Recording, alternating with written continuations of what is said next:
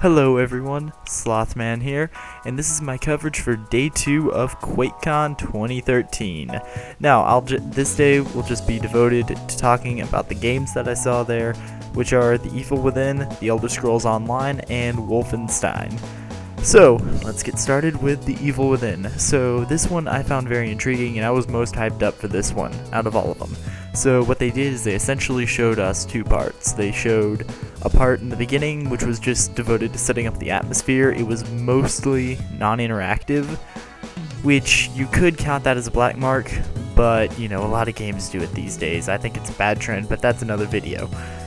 So it was mostly non-interactive, but one thing I thought that was interesting was it had a sneaking mechanic. So that was pretty interesting. I haven't seen the sneaking mechanic stuff before. However, part 2 was mostly a combat thing, right, where he's defending a house from zombies. So the main question there is how the stealth and the combat is gonna like intertwine and intersect with each other, or if they're just gonna be two separate things, or if that was just a thing in the beginning that you can't do later on. Because in part 2 we don't see any stealth whatsoever. We just see a lot of killing. So it makes me wonder if the stealth is a bigger part of the game, or if that's just a very small portion in the very beginning. I guess that's the problem with these show demos. You really can't go and say a lot about the games, because what they show you is so very controlled, and you still can't really get a whole grip on what's going on. I will say that the health bar in that game is in a very odd spot. It's like covers the entire bottom of the screen, and the reticle is in a very odd place too. It's near the middle, but it looked like it was to the right of the screen, though that might have been due to the angle I was sitting at. So there isn't really much else to say about The Evil Within. The demo is just that controlled, and they really didn't show us too much. So let's move on to The Elder Scrolls Online.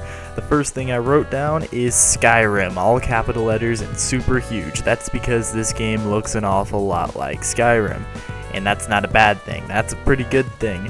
One thing I was intrigued with is that stealth. He mentioned stealth uses stamina, which I thought was really interesting. It seemed to have something that closely resembled the stealth system from Skyrim, which is very interesting to see in an MMO.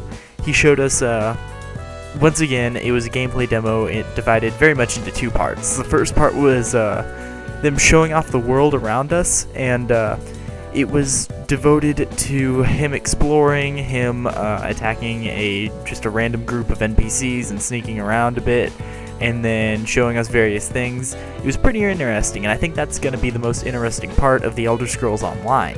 All the exploration and stuff. That was certainly the most interesting part of Skyrim for me. And so I think it's turning out to be a very good MMO. I went and got my hands on it, and it felt really good for an MMO. So I think that has a lot of potential right there, just right off the bat. First part, I was already pretty impressed. As a matter of fact, everyone was like oohing and eyeing as soon as they went to the first-person mode. It's really kind of impressive for an MMO. It looks like a hybrid of MMO combat and Skyrim combat, which means that it's got the typical like MMO combat thing, but you can also go in first person and dual wield like axes and stuff, and do the traditional Skyrim combat thing, which I thought was very interesting. And I wonder how that'll like affect typical things in an MMO. Like, I wonder how that'll affect PvP and all that stuff. I'm not really big into MMOs, but as a person who isn't big into MMOs, I'm really intrigued by The Elder Scrolls Online. It encourages exploration. It's got instance loot, which we've come to expect now. And it's coming to next-gen consoles, which is the PS4 and Xbox 720, probably not the Wii U if I had to guess. And the second part of the game was them showing off a sort of dungeon style bit, and that was pretty interesting in that, it was nice to see the combat. The combat took a front and center approach, but that didn't really interest me nearly as much as the exploration that happened before. And they were showing that off a good amount too, but they showed off a lot more of the combat. And so I'm thinking that exploration is going to be the big main selling point for The Elder Scrolls Online, and the combat is going to be like, any other MMO. I certainly don't play MMOs for the combat. I play them for the world and for the scale, and I think The Elder Scrolls Online is going to be no different in that respect. But I think the exploration is just going to be on another level than the other MMOs that are out there currently, like Guild Wars or World of Warcraft. Because you see, the problem with World of Warcraft and Guild Wars, both great and phenomenal games, don't get me wrong, and Guild Wars emphasizes exploration more than any other MMO that's out there right now. But World of Warcraft, the entire map's already revealed to you from the beginning, and none of it changes. And Guild Wars, while the entire map isn't revealed to you from the beginning, it's all static. It never really changes too much. And so everyone knows where everything is. And so there's no real sense of exploration there. And so in Skyrim, I think the way that they're going to change that a bit is that in Skyrim, or not Skyrim, The Elder Scrolls Online, in The Elder Scrolls Online, you don't have to go and play it with a group.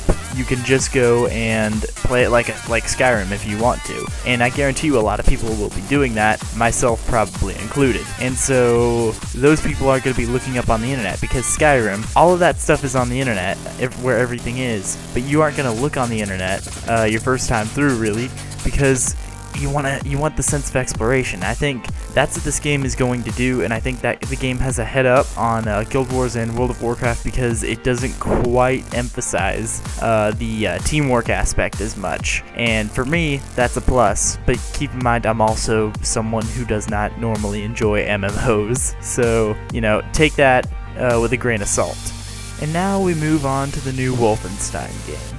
I gotta say, I wasn't very impressed by this press conference, so let the buyer be warned on this one. That is going to color my opinion right now. So, right off the bat, the guy who was presenting this said it's more of an action-adventure game, which is fine, but then my notes turn into, this is bizarre, that was uncomfortable, what am I watching? Yeah, so essentially what we got was there was a part in a train where your guy is delivering coffee to a resistance member or something, like his girlfriend, whatever, and he gets stopped by a female Nazi officer. And then she asks you some questions, but what made it all really uncomfortable was she was with her boy toy named Booby, and it was really weird, it was awkward, the dialogue just wasn't very good, and it was this big scripted sequence where she's making you choose a card to figure out if you're a full-blooded Aryan or not, and she's threatening you with death if you fail this. So at first there's some stakes there, but then in the end it's kind of revealed that none of it really mattered, because you have a choice between cards, but you also have the choice to pick up the gun. And so the guy chooses different cards, and then she picks up the gun anyways and points it at him, and then says, nah, if you were truly not a full-blooded Aryan, you would have picked up the gun. So essentially the entire test really didn't matter, and it was very interesting up until then to see where the decisions would go, but then it turns out your decisions really didn't matter. The only decision that's really interesting there is whether you pick up the gun or not, and I'm not entirely convinced that would lead to an all different solution other than, maybe you get a game over screen. But maybe that's me being overly cynical, who knows, maybe they have something big planned for that option. I seriously doubt it, though. So that's not even the most awkward part. After that, she lets you get up, and you start moving back to your spot in the back of the train where your room is. And then you meet this female resistance member that you're with. And so then the most awkward dialogue exchange happens. I swear to you, I'm telling you the truth. He goes and brings the 2 cups of coffee, and she goes and looks over to the bed and says, there's only one bed here. And then your guy replies, yes. And then she says, then there's nothing you can use to sleep with on the floor. And then your guy replies, yes. And then she says, would you mind sharing the bed? And then he goes, yes. And they stop the demo right there. It's obvious there was going to be some sex scene, but it was really uncomfortable to watch in a room full of other people. That was just the fact that they had it in there and they were showing it off. like at their as their main big press demo. Like that was the biggest thing they had to show off. That was the piece they wanted to show to the public. They wanted journalists to write about. I don't know. I honestly don't know. I was not impressed by that. It just left me feeling uncomfortable. None of the dialogue was very well written there, and just I honestly just, man, whatever. And so that kind of colored my experience going into the second part. Seems like there's a theme with two-part demos. But yeah, the second part, there's actually a gun, and there's not a bunch of romance crap. So, you know, kudos to them for giving you a gun in a Wolfenstein game, I guess. And so it looked like there might have been a cover system, but I have no clue. You can overcharge your health. And through all of it, I wasn't very impressed. It might have been because the guy playing the demo was not very good. He obviously kind of sucked. He was just kind of running out into the open, shooting at random, and so I guess I didn't really get to see the game how it would truly be played. But it looked like it's got the typical you aim down the sights and your gun becomes super accurate kind of thing. Nothing really jumped out at me. There were a couple of parts that were kind of cool, that like the gun that allows you to cut a custom shaped hole into specific things. We only got to see it used in specific things, like say like you're trying to move through this one part, and then there's this grate blocking your way, so you can use that gun to go and cut a specific hole into the grate. Just stuff like that. We didn't really get to see it used in a creative way, and so it didn't impress me because of that. And that was the thing that everyone was talking about. Yeah, all of it just seemed like fairly typical gameplay. Although I will say, I'm not sure if they're going for like some dark humor here, but the line your guy says at the very beginning of that demo, I'm gonna let you guys like find this because it's kind of hilarious, is really funny. And I don't know if they're going for some humor here or not, but if they are, well done. More things like that, because that was pretty good.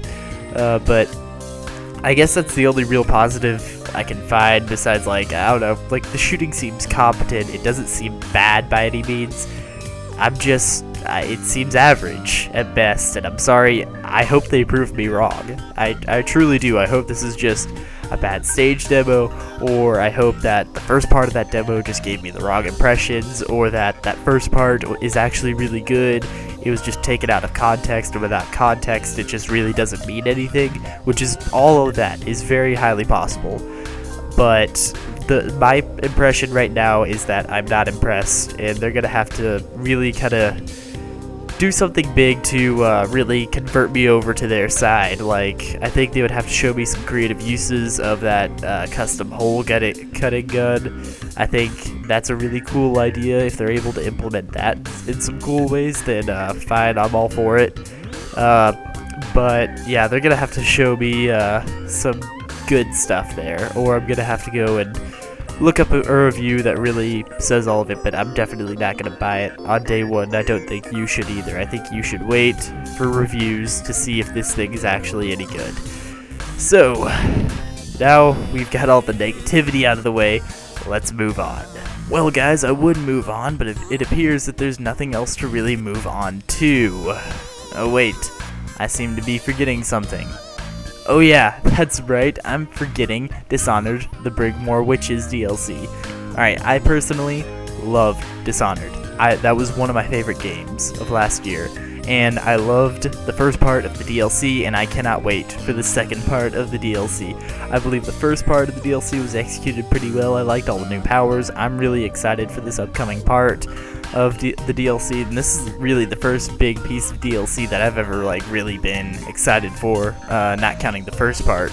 So I mean, kudos to them, but that's just because this game was really good. Dishonored, if you have not played it, was one of the best games of last year in my opinion, and it wholeheartedly deserves your attention. It's creative, the powers are tons of fun to use, and you can go through the levels in a lot of various ways, and there are some pretty creative ways you can kill your targets in that game. And yeah, it was one of the better games of last year. I loved it, and I'm just happy to get more Dishonored. And it's great because they're making a sequel. So other than that, there's not a whole lot to say. I mean, it is DLC after all, but yeah, I'm super excited for this. I'm definitely going to be getting this DLC. And with that, Quakecon Day 2 is over. I saw various games, 3 as a matter of in fact, 2 that impressed me, 1 not so much, but hey, you know, I mean, it can still redeem itself. And then 1 game that's still kind of maybe, which that would be The Evil Within. We'll see how that turns out. I can't really give an opinion on that one way or the other. I can't really give an opinion on any of these games. However, I can give you my impressions, and I've just given you my impressions. Take them with a grain of salt though, because I have not played any of these games besides the Dishonored DLC that's coming up, and I played the Elder Scrolls Online. So just let the buyer be warned there. This is just impressions from what I saw on the press stage. So yeah, that's my coverage. I hope you guys enjoyed it. If you did, like, subscribe, comment, all that stuff. Normally I don't do unscripted stuff. Normally I do scripted videos, or normally I'm gonna do scripted videos that are very well edited, whatnot, but these videos, the reason they aren't is because I have to go and get these out in a timely manner, and you just can't do that when you have a script and all that stuff. I'm trying to make the videos well edited, but it's not very easy to do this in a timely manner, I guess. So we'll still see. So yeah, you know, as I said before, like, comment, subscribe, please. It's highly appreciated, whatever you do. I'm gonna go. Goodbye, guys. I will see you guys in the next video.